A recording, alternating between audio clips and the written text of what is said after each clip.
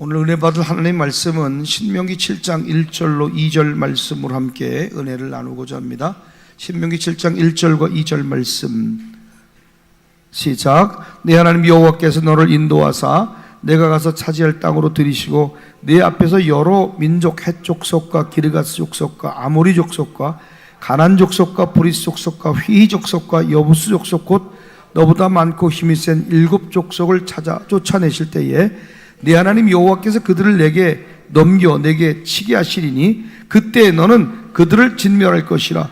그들과 어떤 언약도 하지 말 것이요 그들을 불쌍히 여기지도 말 것이며. 아멘.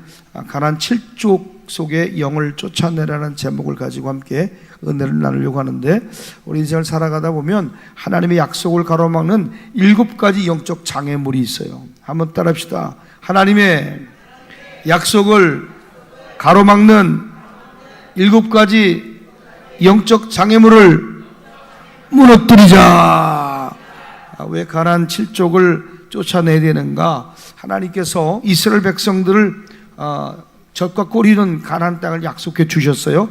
그런데 그 땅에는 먼저 제거해야 될 영적 장애물이 있었다는 거예요. 그 장애물이 앞서 말씀했고 또 읽었던 7 가나안 족속입니다.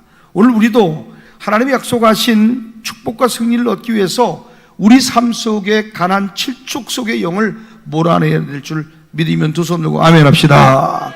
그러니까 우리도 영적으로 보면 우리가 하나님의 축복을 반드시 이루기 위해서 내쫓아내야 될 7 족속을 가지고 있는지 아닌가를 돌아봐야 된다는 거예요. 그래서 가장 먼저 오늘은 가나안 족속의 영을 좀 살펴보고 그 영이 역사하는 일, 하는 일이 무언가를 깨달아서 오늘 그것을 거룩한 영 예수 그리스도 이름 파하는 은혜가 있게 되기를 주의 이름으로 간절히 축원합니다. 가나안 족속의 영이 주는 거짓된 정체성을 파헤치고 그리고 그것을 예수 그리스도의 보혈로 깨끗하게 씻어내고 쫓아내는 존귀한 시간이 되기를 주의 이름으로 간절히 축원합니다. 한번 따라합시다. 나는 하나님의 존귀한 자녀다. 창세기 9장 25절에 보니까 가나안은 어떻게 기록되어 있냐면 저주를 받은 족속으로 기록되어 있어요. 뭐라고 되어 있어요? 가나안은 저주를 받아 그 형제 종들의 종이 되기를 원하노라. 야, 형제 가운데 종들의 종이 되는 저주를 받았다 이 말이야. 그러면 가나안의 족속의 저주가 무엇인가를 좀 우리가 알아야겠죠. 하나님은요 우리를 왕같은 제사장으로 세우셨고 여러분을 왕같은 제사장으로 하나님 우리를 부르신 줄 믿습니다. 그런데 여전히 많은 사람이 낮은 자존감과 가난한 의식 속에서 살아가고 있어요. 단순한 이것은 개인적인 사고가 아니라 영적 전쟁인 줄 깨닫게 되길 주의 이름으로 간절히 축원합니다. 내 속에 가나안 족속의 영이 역사한다면 내 삶 속에 가난한 의식이 꽉 차 있어요. 낮은 자존감으로 붙들려 있어요. 지금 내 안에 뭐가 있다는 거예요? 가나안 족속의 영이 자리 잡고 있다고 하는 것입니다. 가나안 족속은 강한 민족입니다. 그런데 스스로를 저주받은 종의 신분으로 여기며 살아갔어요. 하나님이 주신 능력과 축복을 누리지 못하고 늘 부족한 존재로 살아가게 된 것입니다. 오늘날에도 동일해요. 가나안 족속의 그 영을 가지고 있는 사람들은 패배의식, 가난의식, 열등감 속에서 살아가고 있습니다. 그러므로 우리는 기억해야 돼요. 하나님이 우리를 머리가 되고 꼬리가 되지 않도록 부르신 줄로 믿습니다. 신명기 28장 13절 말씀을 함께 좀 읽어봅시다. 시작. 여호와께서 너를 머리가 되고 꼬리가 되지 않게 하시며 위에만 있고 아래에 있지 않게 하시니 오직 너는 내가 오늘 내게 명령하는 내 하나님 여호와의 명령을 듣고 지켜 행하며. 할렐루야. 오늘 인생 가운데 머리가 되고 꼬리가 되지 않는 은혜가 있을지어다. 위에만 있고 아래에만 잊지 않게 하시는 하나님의 은혜가 오늘 저와 여러분에게 이미 약속되어 있는 줄로 믿습니다. 또 뿐만 아니라 하나님은 우리가 거룩한 제사장, 왕같은 제사장처럼 살아가기를 원하시는 거예요. 베드로전서 2장 9절을 함께 봅니다. 시작. 그러나 너희는 택하신 족속이요 왕같은 제사장들이요 거룩한 나라요 그의 소유가 된 백성이니 이는 너희를 어두운 데서 불러내어 그의 긴 밑에 들어가게 하시니 아름다운 덕을 선포하게 하려 하심이라. 그러므로 오늘 우리는 가나안 족속의 영을 내어 쫓아야 돼요, 말아야 돼요? 내어 쫓아야 된다 이 말이에요. 그래서 가나안 족속의 저주의 뿌리를 파헤쳐보자 이 말이지. 가나안 족속의 저주는 언제부터 시작됐냐면 노아 때부터 시작된 겁니다. 노아 아들 함이라고 하는 자가 있었죠. 이 함이 아버지를 조롱했을 때에 아버지를 조롱한 것 때문에 그 후손 가나안이 저주를 받게 된 거예요. 아버지가 잘못했는데, 함이 잘못했는데 그 후손 가나안 모든 자손들이 저주를 받았다는 거예요. 그래서 아까 우리 읽어봤던 것처럼 창세기 9장 25절은 가나안은 저주를 받아 그의 형제의 종들의 종이 되기를 원하노라 그랬잖아요. 아니, 아버지 대해서 저주가 끝나야 되는데 저주가 대벌림되고 만 거예요. 함의 조롱과 가나안의 저주, 여러분 하나님의 권위를 무시한 대가인 줄로 압니다. 나는 여러분 신앙생활하면서 저주가 대물림되지 않기를 주의 이름으로 간절히 축원합니다. 하나님의 권위를 무시하는 대가는 너무너무 무시무시한 거예요. 창세기 9장 20절과 22절을 함께 보겠습니다. 시작. 노아가 농사를 시작하여 포도나무를 심었더니 포도주를 마시고 취하여 그 장막 안에서 벌거벗은지라. 가나안의 아버지 함이 그의 아버지 하체를 보고 밖으로 나가서 그의 두 형제에게 알림해. 노아가 홍수 이후에 새로운 시대를 열며 포도를 갖고 왔어요. 그리고 포도주를 마시고 취해서 벌거벗은 채 장막 안에 누워있는데 그때에 그 아들 함이 아버지 하체를 보고 존경이 아니라 조롱의 태도로 형제들에게 알립니다. 아버지의 허물을 보면 그 허물을 덮어주고 그 나머지 두 형제는 뒷걸음지셔서 아버지 하체를 덮어줬어요. 그런데 떠벌렸어요. 조롱했어요. 중요한 점은 함이라고 하는 이 가나안의 조상이 됐던 이 노아의 아들이 단순히 아버지의 실수를 목격한 것이 아니라 그걸 떠벌리고 조롱하며 비난했다고 하는 것이에요. 함이 조롱한 이유는 뭡니까? 첫 번째, 아버지의 권위를 가볍게 여겼기 때문이에요. 고대 사회에서 아버지는 가문의 영적 지도자이자 권위자였어요. 함은 노아의 실수를 너무 가볍게 여기고요, 형제들에게 조롱하는 태도를 보였다고 하는 것은 우리에게 큰 믿음의 도전을 줍니다. 저래서는 안 돼요. 이래서는 안 돼요. 한번 여러분 스스로에게 질문해 보세요. 나는 하나님이 세우신 권위를 존중하고 있는가를 돌아볼 수 있는 여러분 되길 바랍니다. 여러분 부모는 하나님이 여러분의 가정 위에 세우신 영적 권위자인 줄 믿는 분만 두 손을 아멘. 부모가 잘 하든 못하든, 많이 물려주든 물려주지 못하든, 가지든 많이 못 배웠든 그 상관없어요. 나에게 부모라고 하는 것은 하나님이 세우신 권위자인 줄로 믿습니다. 그래서 그 권위를 존중해 드려야 돼요. 교회 지도자도 마찬가지예요. 속장, 장로, 목사, 교회 안에서 교회 권위가 무너지는 그 중심의 선자가 되지 않기를 주의 이름으로 부탁을 드립니다. 그래서 부모님이 존중돼야 돼요. 교회 지도자가 존중돼야 돼요. 사회적으로 여러분의 직장을 다니면 직장 상사가 존중돼야 돼요. 국가의 법이 존중돼야 돼요. 국가의 리더도 존중돼야 돼요. 이 모든 것들이 내 삶 위에 세워진 영적 권위자 이야기가 존중되어져 가는 사회, 가정, 국가가 되어야 하나님의 큰 평안을 누리게 될 줄 믿습니다. 때로는 악법을 얘기하는 사람들, 또 인정할 수 없을 만한 그런 말씀과 위배되는 것들에 대해서 우리는 그것은 동의할 수도 없지만 그래도 악한 자일지라도 세워진 권위에 우리는 존중하고, 또 나와 맞지 않는 이야기일지라도 그것이 진리와 수반되고 동반되는 일이라면 우리도 함께 동의하며 기도해야 될 줄로 믿습니다. 오늘 나도 함처럼 다른 사람의 실수를 조롱하며 떠벌리고 있지는 않는가?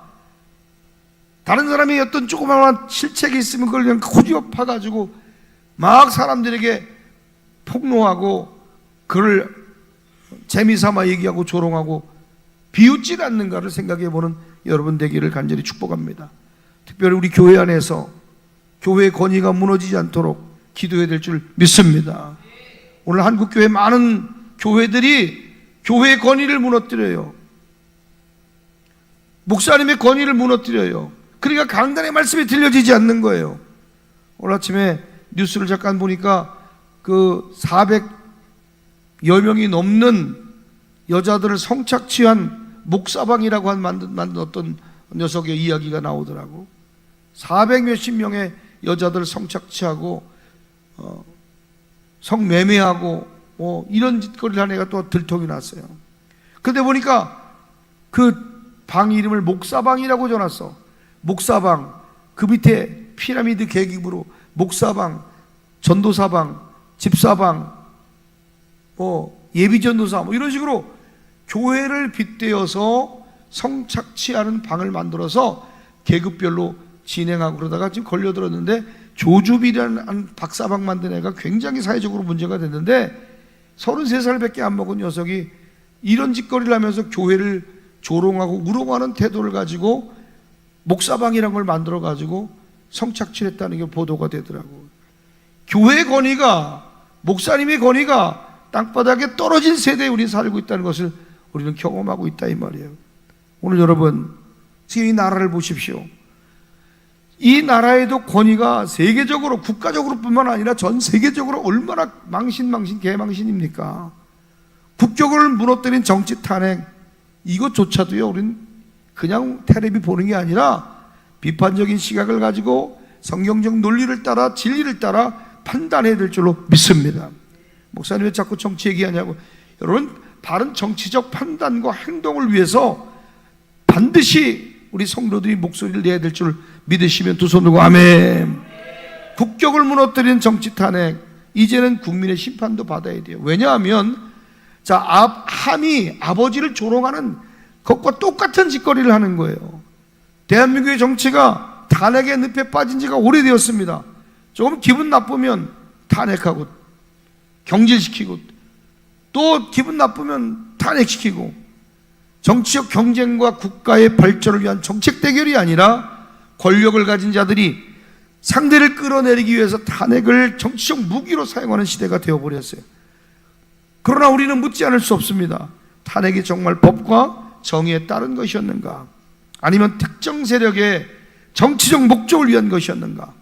법치주의, 민주주의가 아니라 여론몰이와 조작된 증언으로 판결이 이미 내려진 대통령도 있고, 앞으로도 이 윤석열 대통령도 그렇게 여론몰이로 조작된 증언으로 판결이 내려진다면 이것이 과연 정당한 것인가? 우리 성도들이 생각해 봐야 될 줄로 믿습니다. 여러분, 거짓과 조작, 탄핵의 도구가 되어버린 법치주의가 되지 않도록 이 나라 민족을 기도해야 될 줄로 믿습니다. 한 나라 대통령이 탄핵이 되는 것은 결코 가벼운 일이 아니에요. 국가의 정체성을 흔드는 중대한 사안입니다. 오직 헌법과 법률에 따라 엄격하게 판단되어야 될 줄 믿습니다. 지난 탄핵 과정들을 보면 여론이 먼저 판결을 내려요. 여론이 먼저 판결을 내려요. 지금 내란죄다, 내란수괴다 이런 건 법 조문에서 조항에서 다 빼버렸잖아요. 지금 헌법재판소에서 들어간 내용들을 보십시오. 여론이 판결을 내리고 법이 그 뒤를 따라가 버리는 상황이 계속 반복되고 있어요. 좌파 언론이 우리 대한민국의 아버지격인 윤석열 대통령을 비난하고 조롱하고 국민들은 선동되어서 길거리 나와서 난리를 치고 있는 그런 시대가 돼버리고 말았다는 거예요. 재판이 끝나기도 전에 유죄가 확정되고 국민은 선동당한 채 거리로 나왔어요. 재판을 보니까 증인들의 번복과 거짓된 이 이야기들이 얼마나 많이 지금 이야기되고 있습니까? 법정에서 드러난 사실이 뭐야? 아무것도 없어요. 증인들이 거짓 증언을 하고 말을 바꾼 일이 계속 반복됩니다. 여러분 생각하고 입장 바꿔놓고 여러분의 남편이, 여러분의 아버지가 그렇게 뭐 좀 잘못했다고 못 들어온다고 집문 걸어 잠그고 아버지 잘못했으니까 못 들어와요, 나가세요, 그러면 되겠냐고요.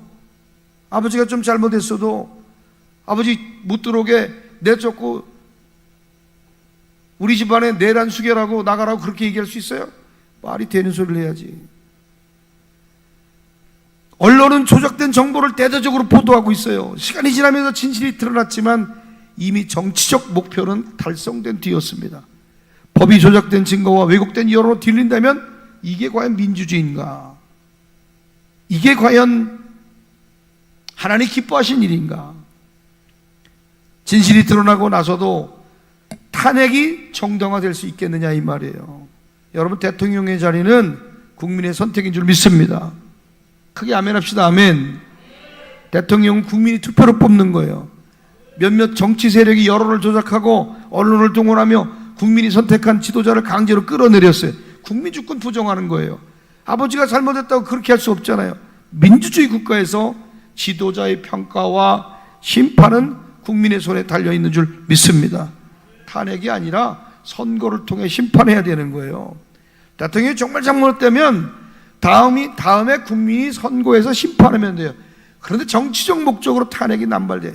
이거는요, 국가의 정체성이 흔들리는 거예요. 개망신이지 이게. 뭡니까 이게. 탄핵이 하나의 정치적 도구가 된다면 대한민국의 국격은 계속 추락할 겁니다. 국민의 선택을 무시하고 권력에 의해서 대통령이 강제로 끌어내려진 일이 반복되면 우리는 과연 민주주의 국가라고 얘기할 수 있겠느냐 이 말이에요. 여러분 기도하셔야 돼요. 국민이 선택한 대통령을 정치적 목적에 따라서 끌어내는 일이 없도록. 할렐루야. 대통령을 심판할 자격은 국민에게 있습니까? 아니면 권력을 가진 일부 정당에게 있습니까? 국민에게 있는 거예요. 국민에게. 여러분 깨어나시게 되기를 주 이름으로 간절히 부탁을 드립니다. 이제는 국민이 직접 심판할 때입니다. 법과 민주주의는 정치적 목적을 위한 도구가 아닙니다. 이 나라 공산주의 될 수 없어요. 공산화 될 수 없어요.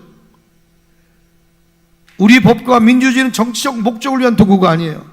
지도자의 옳고 그름을 판단하는 것은 국민의 권리인 줄 믿습니다. 오늘 그 늪에 함께 빠지지 않게 되기를 주님의 이름으로 부탁을 드립니다. 탄핵이 계속 반복되면요, 국가의 안정은 사라집니다. 지도자는 항상 정치적 공격에 시달려요. 국민을 위한 정책이 아니라 살아남기 위한 정치하는 거예요. 교회도 마찬가지입니다. 목사님을 공격하고 교회를 공격하면 목사님이 성도들에게 좋은 꼴을 먹이고 그들을 이끌어가기 위해 기도하고 축복해야 되는데 살아남기 위해서 아픈 젖을 먹이는 거예요. 결코 싸움이 교회 안에, 다시는 이 교회 안에 일어나지 않게 되기를 주님의 이름으로 간절히 축원합니다. 축원합니다. 전국 교회마다 성도들에게, 장로님들에게, 장로님도 아니라 장로에게, 권사에게, 집사에게 시달리는 목사님들이 얼마나 많은지 몰라요. 그치세요. 멈추세요. 그것이 교회를 위한 일이 아니에요. 이제는 국민이 직접 판단할 때고 성도들이 함께 힘을 모아줘야 될 때인 줄 믿습니다. 지도자를 심판하는 것은 정치 세력이 아니라 여러분의 손에 있어야 되는 거예요. 탄핵을 위한 탄핵, 조작된 재판, 정치적 선동을 이제는 멈춰야 될 줄로 믿습니다. 국민이 직접 올바른 지도자를 선택하고 국가를 바로 세워야 될 때인 줄 믿어요. 그래서 정말 국격을 스스로 무너뜨린 탄핵 정치가 끝나도록 우리 나라 민족을 위하여 기도해야 될 줄 믿는 분만 두 손 들고 아멘. 하나님, 이 국권이, 국민의 주권이 바로 세워지게 하여 주시옵소서. 대한민국이 다시 강한 나라가 되게 하옵소서. 대한민국의 미래는 정치적인 탄핵이 아니라 국민의 올바른 선택이 있다는 걸 믿고 탄핵의 시대가 끝내고 국민이 직접 또 온 성도가 하나 앞에 기도함으로 세워지는 나라가 되게 하옵소서. 할렐루야. 그러므로 여러분, 함이 조롱한 이유가 뭐라 그랬어요? 함이 조롱한 이유, 아버지 권위를 가볍게 여겼기 때문에. 여러분, 이 나라가 이 꼬라지가 된 것은 대통령의 권위를 가볍게 여겼기 때문에 그래요. 요즘엔 또 대한민국을 앞에다 대자를 빼고 개한민국이라고 부르는 것들도 있어요. 여러분, 대한민국 국호를 그렇게 함부로 불러서 되겠습니까? 북한으로 가야죠. 여러분, 교회의 권위, 가정의 아비의 권위, 어미의 권위, 국가 리더의 권위, 그 권위가 무너지지 않는 상식이 있는 성도가 되고 국민이 되기를 주 이름으로 간절히 축원합니다. 함이 조롱한 이유는 뭐예요? 불순종과 반항의 태도입니다. 함은 아버지 실수를 보며 존경과 보호의 마음을 가지지 않았어요. 혹 목사님이 실수하더라도 존경하는 마음으로, 보호의 마음으로, 혹 장로님이 부족해도 존경하는 마음으로, 보호의 마음으로, 혹 속장님이 뭔가를 눈에 가시처럼 행동해도 존경하는 마음으로, 보호의 마음을 가지고 대신 그걸 가지고 조롱하고 성도들에게 까발리고 형제들에게 실수를 확대하며 권위를 훼손했던 함과 같은 영을 갖지 않게 되길 주의 이름으로 간절히 축원합니다. 나는 부모님과 지도자의 연약함을 봤을 때에 보호하고 기도하고 있는 자입니까? 아니면 비판하고 조롱하는 자입니까? 나는 하나님의 권위를 세우는 자입니까? 아니면 허물고 있는 자입니까? 자금의 이 대한민국의 실태를 보면 비판하고 조롱하는 것이 당연시되어 있어요. 권위를 허무는 것이 마치 의식이 있는 자인 것처럼 생각하고 있어요. 우리 그리스도인은 연약함을 보호하고 갈등을 풀어주고 상처를 싸매주는 그 기름 부음으로 충만이 될 줄로 믿습니다. 함이 조롱한 이유 세 번째 뭐냐면 자신이 새로운 시대의 주인공이 되려 했을 가능성이 있다고 봅니다. 홍수 이후에 새로운 시대가 열렸을 때에 노아는 여전히 영적인 권위자예요. 지도자예요. 그런데 함은 아버지 실수를 드러냄으로써 그 권위를 약화시키고 자신의 세력을 만들려는 의도를 가졌을 가능성이 있다는 거예요. 여러분, 남 깎아내리고 내가 대통령 된다? 남 밟고 내가 국회의원이 되고 남 밟고 내가 올라간다? 이거는요 하나님의 뜻과 반대되는 거예요.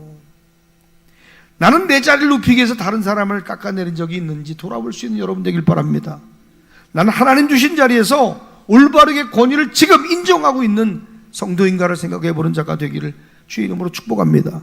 내 마음에 들지 않아도, 내 마음에 쏙 들지 않아도 내 위에 세워진 그 권위자를 인정하고 섬기고 돕고 희생하고 함께 가게 될 때에 할렐루야, 하나님 말씀과 반하지 않는 아름다운 열매가 여러분 삶 속에 주렁주렁 맺혀질 줄로 믿습니다.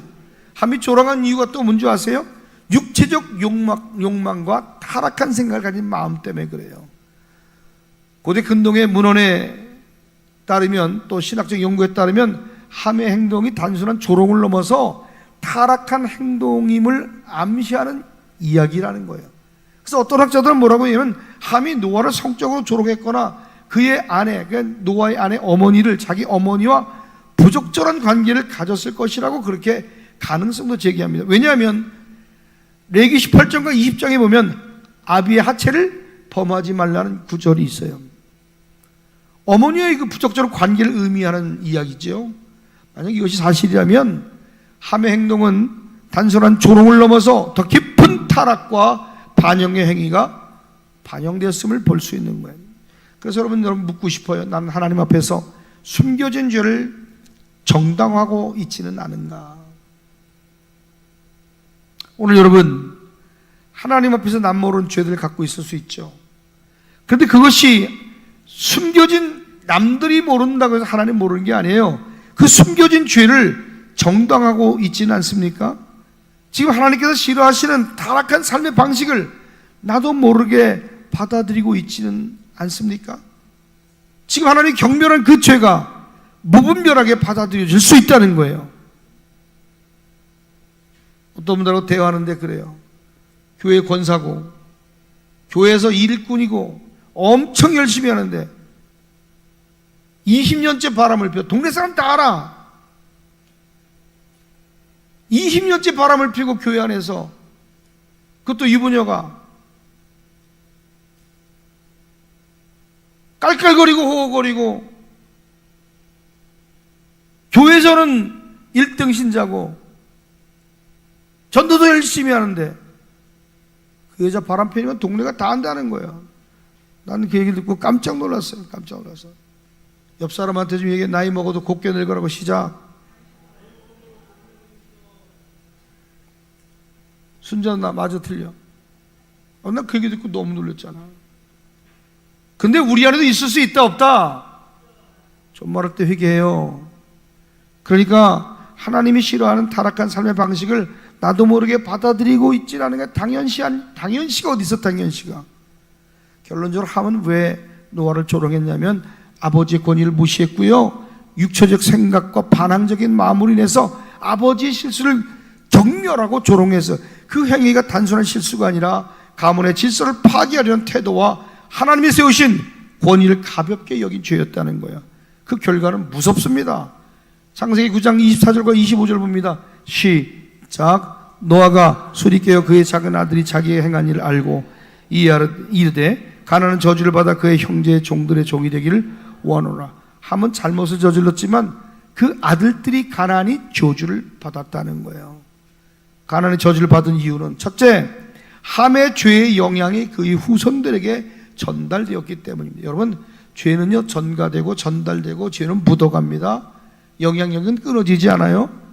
그래서 여러분, 부모가 잘해야 돼요. 부모 등짝 보고 잘하고요, 부모에게 행했던 일들이나 혹은 내가 지었던 그 죄들이 자녀들에게 영적 유업으로 물려진다는 걸 깨닫게 되길 주의 이름으로 간절히 축원합니다.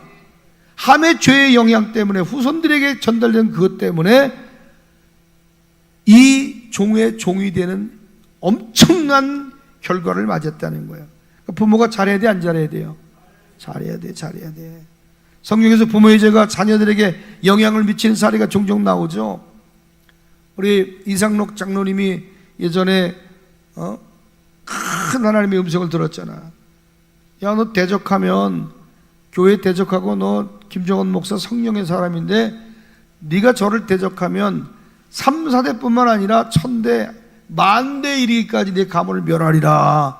그 큰 음성을 듣고 눈물콧물 흘리고 회개하고 돌이켜서 하나님 편에, 목사님 편에 서서 앞장서 오늘날의 장로가 된 줄로 믿습니다. 그 음성 안 들었다면 저 가문은 만대까지 멸하는 거예요. 만대까지. 하나님의 큰 음성이 들렸으므로 오늘날에 하나님 돌이키고 회개하게 하셔서 세우신 건 아니에요?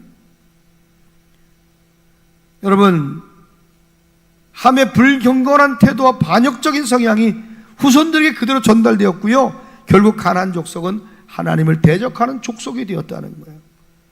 오늘날은 여러분이 불경건한 태도, 반역적인 성향이 여러분에게 있으므로 후손들에게 전이 되지 않기를 주의 이름으로 간절히 축원합니다. 나는 나의 죄가 내 자녀와 후손들에게 나쁜 영향을 미칠 수 있음을 인식하고 돌아가는 자가 되길 간절히 축원합니다. 음란의 영을 갖고 있으면요, 내 자녀들도 어느 날 음란한 영에 빠져 어느 날 그러고 돌아다녀. 내가 대적하는 영을 갖고 있으면 그 영이 묻어서 우리 자녀들이 어디 가든지 대적하는 자가 되는 거예요. 도둑질하면 그 자식이, 술 먹으면 그 자식이, 바람 피면 그 자식이 영이 묻어지고, 아우 전 지혜비하고 똑같아, 아우 제 아버지 그러더니, 그런 얘기 해야 안 해요? 흘러가는 거야. 그래서 내 대에서 싹 끊어야 돼요. 할렐루야. 나는 후손들에게 믿음과 순종의 유산을 물려줄 수 있는 자가 되기를 주의 이름으로 간절히 축원합니다. 두 번째로, 여러분, 가나안이 저주를 받은 이유가 뭐냐면 하나님을 멸시하는 문화가 가나안 족속에게 이어졌기 때문이에요. 여러분, 가정에 하나님을 멸시하는 문화, 혹은 이 교회 안에 하나님을 멸시하는 그런 반성경적인 어떤 문화들, 이 나라 민족 가운데 마찬가지로 교회를 무시하고 하나님의 말씀 진리를 파하는 이런 문화가 이 나라 민족 가운데 퍼져있던 것을 볼 수 있습니다. 죄를 져도 어떻게 목사방이라고 이름을 쳐가지고 할 수 있어요? 문화예요, 문화. 교회를 멸시하고 하나님을 멸시하는 게 문화가 됐어요. 말씀을 전하는 목사들을 비방하는 게 문화가 돼버렸어요.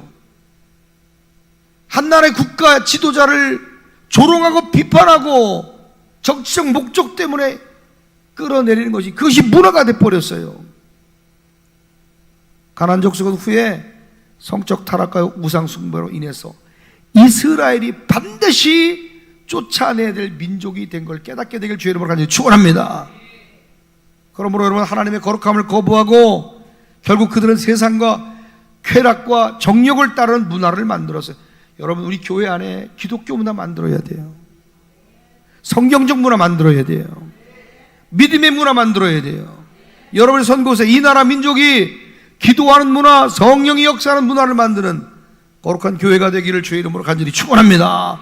축원합니다. 그래서 어떤 문화를 이 교회 안에 정착시키냐, 이 나라에 정착시키냐 굉장히 중요해요. 지금 시대의 흐름을 보면, 잘 들으세요, 시대의 흐름을 보면 대통령 되면 무조건 감옥 보내는 게 흐름이야. 무조건 탄핵하는 게 흐름이야. 이게 나라를 위한 겁니까? 이게 민족을 위한 겁니까? 지들 월급은 올리고 수당은 몇 억씩 올리면서 나는 그들의 정치적인 행동을 거부합니다. 오늘 우리가 모두가 바른 행동과 판단하는 지혜자가 되길 주 이름으로 간절히 축원합니다. 하나님 나로 거룩한 문화 만들게 해 주옵소서. 여러분 사는 곳에 기독교 문화, 성령이 역사하는 그 거룩한 문화가 창조되고 만들어지게 되길 주 이름으로 간절히 축원합니다. 세상의 타락한 문화를 비판 없이 받아들이고 있지는 않습니까? 어떤 문화를 받아들이고 흐름을 받아들일 때 비판 없이 무분별하게 받아들이지 말아요. 다수에 의해서 그렇다니까 우르르 송사리 때 가듯이 그냥 쫓아가는 게 아니에요. 분별하셔야 돼요. 말씀으로 분별하셔야 돼요. 이것이 세상의 타락한 문화인지 아니면 성경적 문화인지를 분별하셔야 돼요. 난 하나님의 거룩함을 지금 추구하는 삶을 살고 있는가 생각해보는 여러분 되길 축복합니다. 여러분, 가나안의 저주받은 이든 세 번째 이유가 뭔지 아십니까? 노아의 영적 권위를 회복하기 위하여 하나님의 심판이 임한 거예요. 여러분, 때로는요 무너뜨린 그 권위를 회복시키기 위하여 하나님이 직접 나서시는 거예요. 둘러보세요. 여러분, 교회 권위를 무너뜨리고 또 질서를 무너뜨린 사람들 가운데 잘된 사람이 있다 없다? 나는 이때까지 교회 권위를 무너뜨리고 질서를 파괴한 사람이 하나님의 심판을 받지 않은 사람 단 한 사람도 보지 못했어요. 하나님은 가정과 사회에 권위를 세우신 분인 줄 믿으면 두 손 들고 아멘. 질서를 파괴하는 자가 되지 않기를 바랍니다. 아내들이요, 남편이 아직 세워지지 않았고 못났어도, 잘 들어, 아내들이요, 남편들이 아직 모질이 같고 돈도 못 벌어진 것 같고 힘 빠지고 아무것도 아닌 것 같아도 가정의 권위자는 여러분의 남편인 줄 깨닫게 되길 간절히 축원합니다. 여러분의 남편에게 무릎을 꿇고 안수를 받을 만큼 믿음이 자라야 되는 거예요.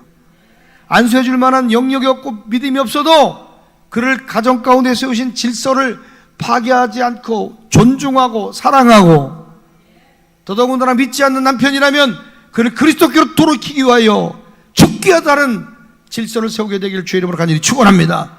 예수 안 믿을래 안 믿을 수가 없는 거예요. 어느 곳에서는 세운 권위를 파괴하는 근원이 되지 않기를 주의 이름으로 간절히 축원합니다. 함의 행위는 단순한 실수가 아니라 가정을 파괴하고 권위를 조롱하는 죄였다 이 말이야. 하나님 이 죄를 심판하시고 권위를 회복하기 위해서 가나안에게 저주를 선언하신 걸 깨닫게 되길 간절히 축원합니다. 나는 하나님이 세우신 권위를 인정하고 순종하는 걸 돌아보세요. 남편이 우스워요? 아빠가 우스워요? 엄마가 우스워요? 교회가 우스워요? 아니요, 잘못된 거예요. 남편에게 말 함부로 하지 말라고. 농담을 한 얘기가 아니야. 권위를 세워주세요, 자식들 앞에서. 하지 마! 목사님한테도 그래. 아무리 친해도 말이야. 목사님 야, 할 말이 있고 안 할 말이 있지. 야, 목사님한테 얘기하는데 아무리 친해도 이 짓거리를 신랑한테 하고 목사님한테 하고 권위를 무시하는 거야. 얼마든지 목사님은 장난으로 받아들일 수 있어. 웃을 수 있어. 그런데 이날부터는 좀 끊자고. 우리 어린 신랑들이 많아요. 누나들이 동생들을 꼬셨는지 동생들이 누나를 꼬셨는지 모르겠지만, 말 함부로 하지 말라고. 아내들이요, 회개할지어다. 아멘. 안에 두 손 들고, 아내들은 두 손 들고 아멘해. 빨리 두 손 들고 아멘. 이거 봐 이거 아멘 안 하잖아. 다시 두 손 들고 아멘. 아멘. 이현선이하고 김순자만 잘하면 된다 그랬잖아 내가. 다시 두 손 들고 아멘. 야, 다시 아멘. 내가 딱 찍어줘. 야, 박유명, 너 반말하지 마. 알았어? 야, 이현선, 하지 마. 아니, 저게 저 신랑한테 그리고 목사님이 그리고 저걸 그냥 내 딸이라 봐주는 거야. 딸이라. 야, 여기 저기 대한민국에 자기 담임 목사한테 뭐라고 한 사람이 어딨어? 아, 나 진짜 내 딸이라 봐준다 내가 진짜.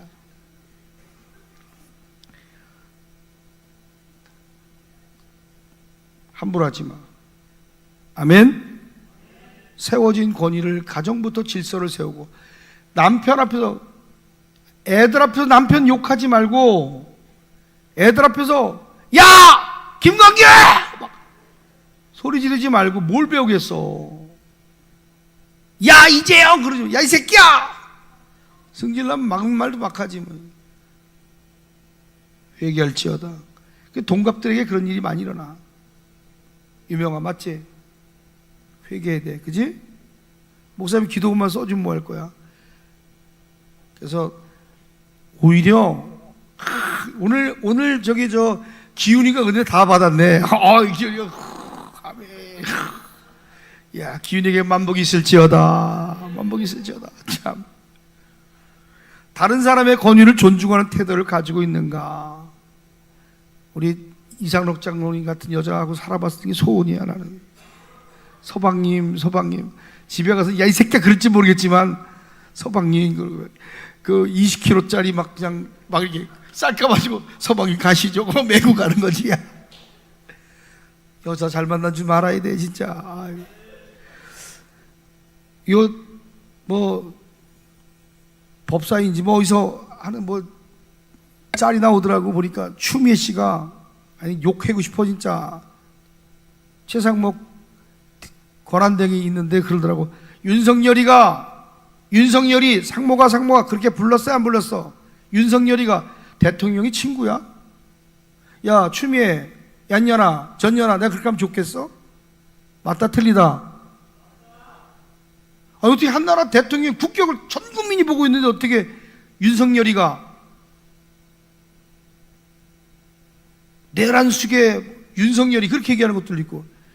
이게요 권위를 존중한 태도를 가져줘야. 그랬더니 거기 비서실장이 그런 얘기 하더라고요. 아니 어떻게 그렇게 이게 윤석열이 그렇게 얘기할 수 있느냐. 예? 근데 박수를 쳐줘야 돼. 박수. 비서실장 박수 한번 쳐줘요. 박수 쳐줘 박수. 미국 사람이도 박수 쳐줘요. 남이 이래도. 할렐루야.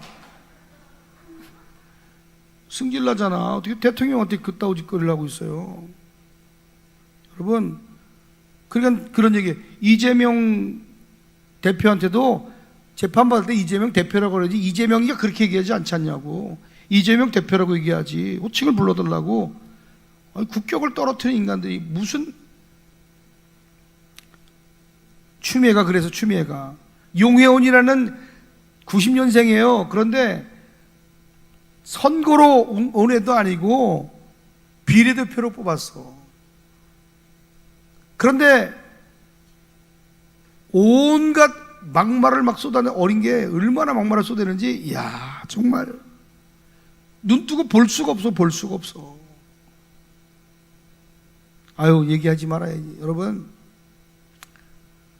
막 그 여성 장군 투스타 있죠. 강선영 장군한테 막 반말하면서 막 소리 지르더라고.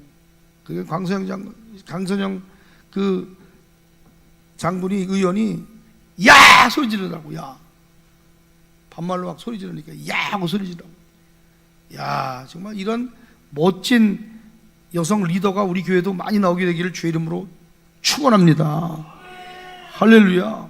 그러니까 여러분 가만히 보면 한 특정 당의 행한 행태들과 말 언어 본세를 보면 이거는 존중도 없고 권위를 인정하는 것도 없어. 그냥 끌어내리고 지들이 안고 싶은 거예요.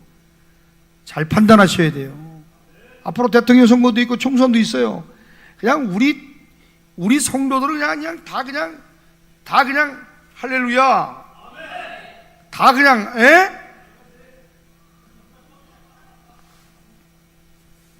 바르게 우리가 판단해야 될 줄 믿습니다.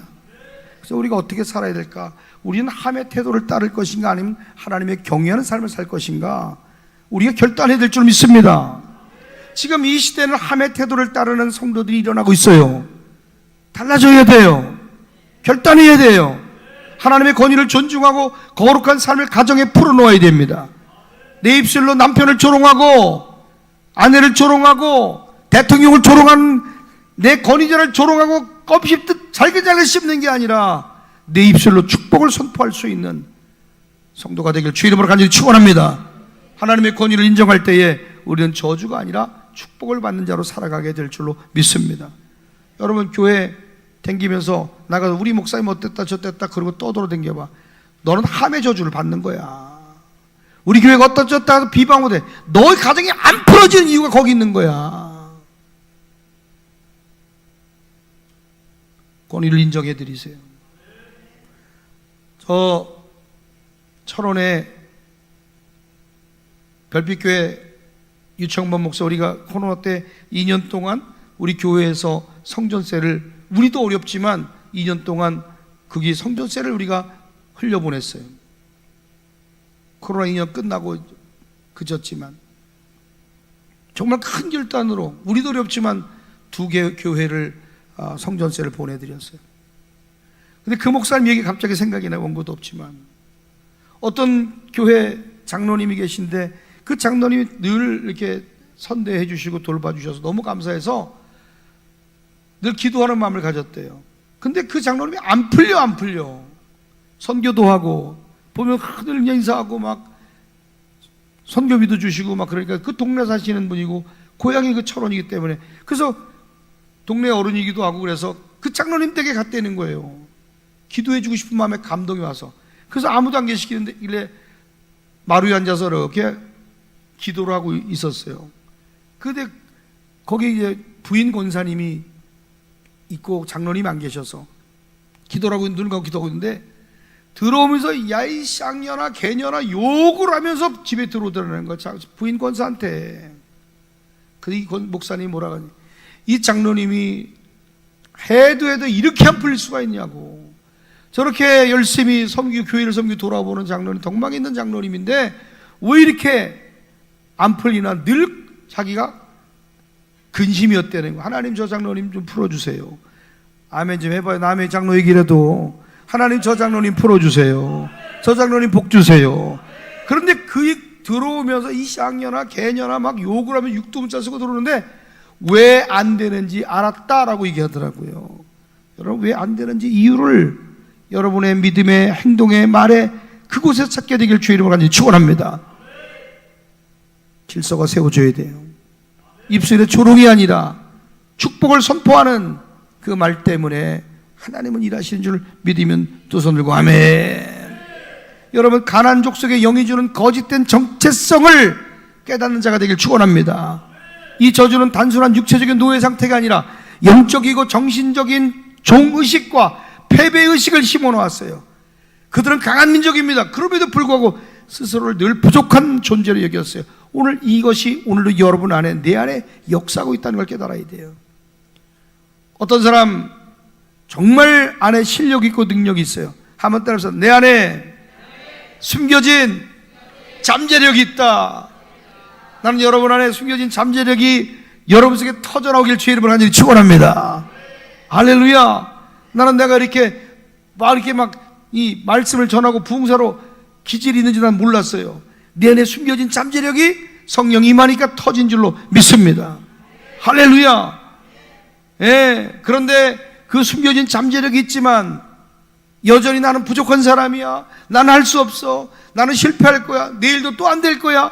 라고 지금 그 안에 정체성의 잘못된 패배의식에 사로잡혀 그 의식과 영이 바꿔지지 못한 사람이 있어요. 하나님은 우리 입술에 이런 거짓말을 제거하고 믿음의 말을 선포하기를 원하신 줄 믿습니다.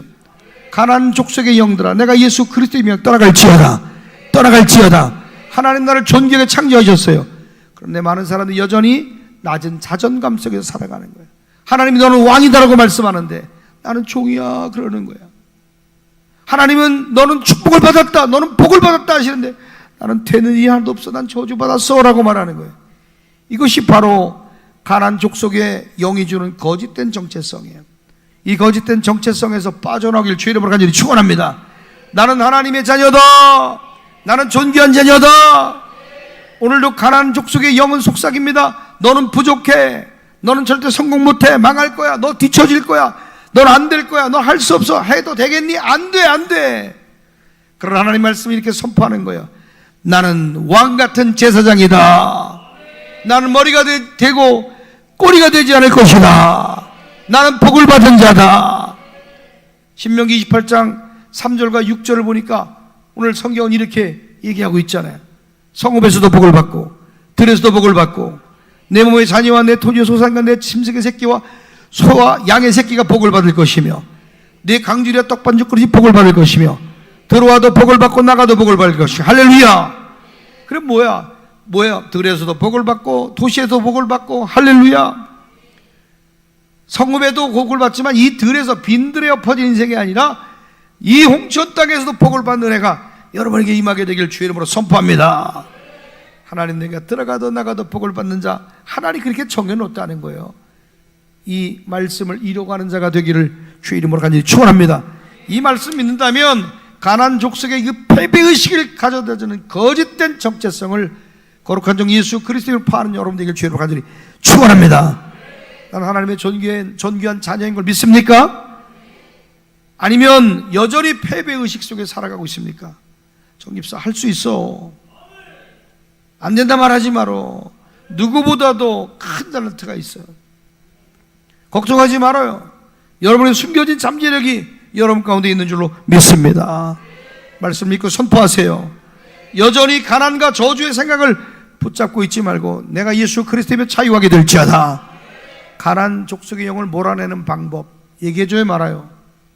가난 족속 영을 내쫓는 방법이 있어야 될 거 아니에요. 첫째, 하나님 말씀을 선포하세요. 입을 열어 진리를 선포하세요.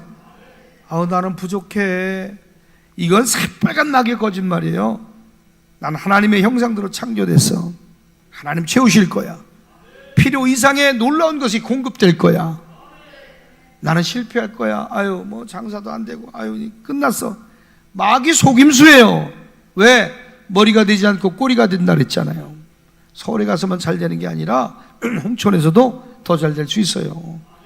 지금 무역의 문을 열기 위해서 기도하고 있잖아요. 온 성도가 좀 작정하고 기도했으면 좋겠어요. 할렐루야. 지금 어제도 그제도 계속 땅 밟기 하고 있어요. 어제도 건물을 보러 갔다 왔어요. 돈 있냐? 없어요. 그러나 하나님이 믿음으로 밟고 기도할 때에 초자연적으로 하나님 역사하시는 역사를 보기를 원합니다. 2700평에 16억짜리 건물이 나왔어요. 4동이에요. 바로 공장에 조금만 고치면 사업을 시작할 수 있어요. 한 500평 되는 것에 180평 되는 180평이야? 몇 평이야? 160평 건물 있는 걸 보고 왔어요. 근데 그거는 2700평짜리 보고 왔는데 눈에 안 차. 길로 나간 게 더 많아. 동네 길로 들어가면서 구성포에 하나님이 하시면 꿈만 꾸지 말고 두드리세요. 찾으세요. 구하세요. 우리는 순종하고 우리는 기도하고 말씀을 선포해요. 나는 가난하게 살아야 됩니까? 나는 부족하게 살아야 됩니까? 이거 저주의 생각이요. 나는 복을 받은 자죠.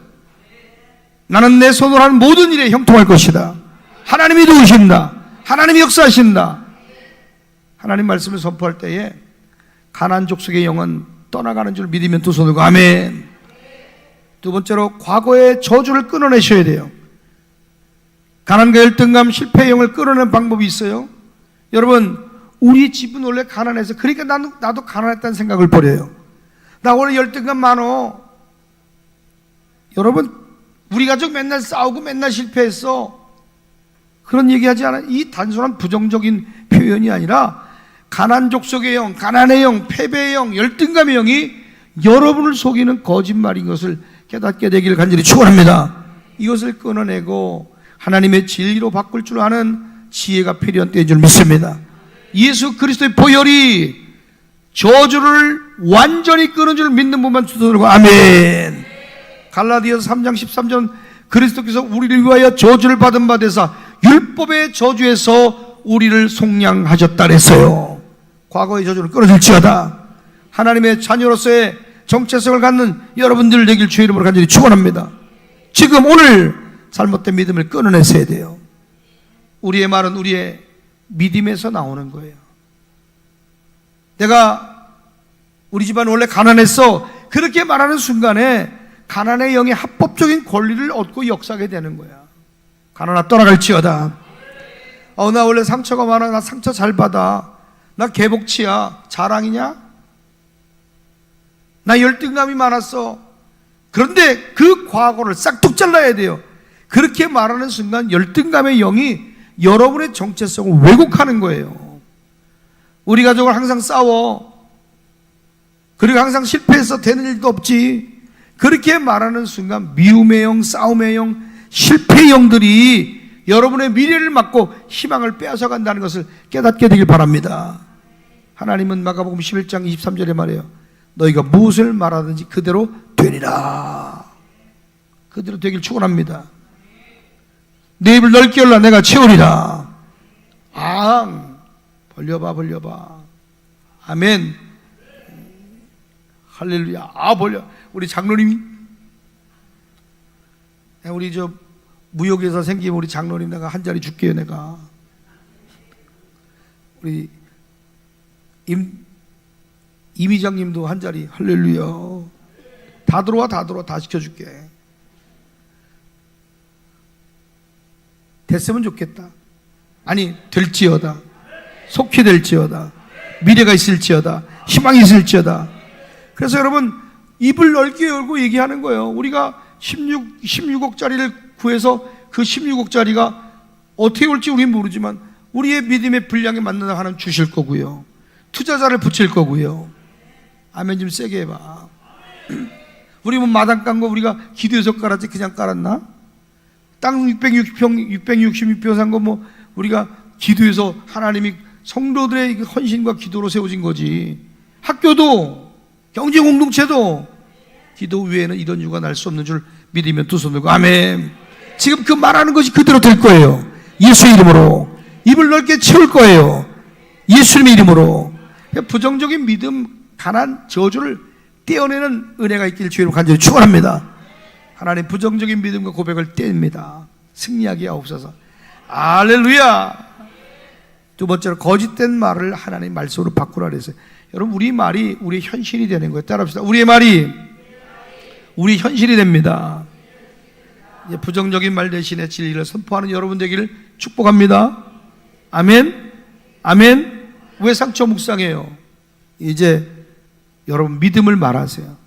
주 안에서 행할 때 하나님이 형통하게 하시고 모든 것이 합력하여 선을 이루게 되는 줄로 믿습니다. 여러분 영적 전쟁에 승리하기 위해서 여러분 이제는 선포하고 대적하는 기도 올려야 될 줄로 믿습니다. 가난 족속의 영은요 그냥 가만히 있다고 나가는 게 아니에요. 가난과 열등감, 실패의 영은 스스로 떠나지 않습니다. 우리가 예수 그리스도 이름으로 명령할 때에 떠나가는 줄 믿으면 두 손 들고 아멘. 여러분 입술에서 부정적인 말들이 사라지고 이렇게 예수님의 이름으로 그 무엇이든 예시를 들어서 보내드렸는데 선포하고 명령하세요. 아멘. 귀신을 꾸짖으세요.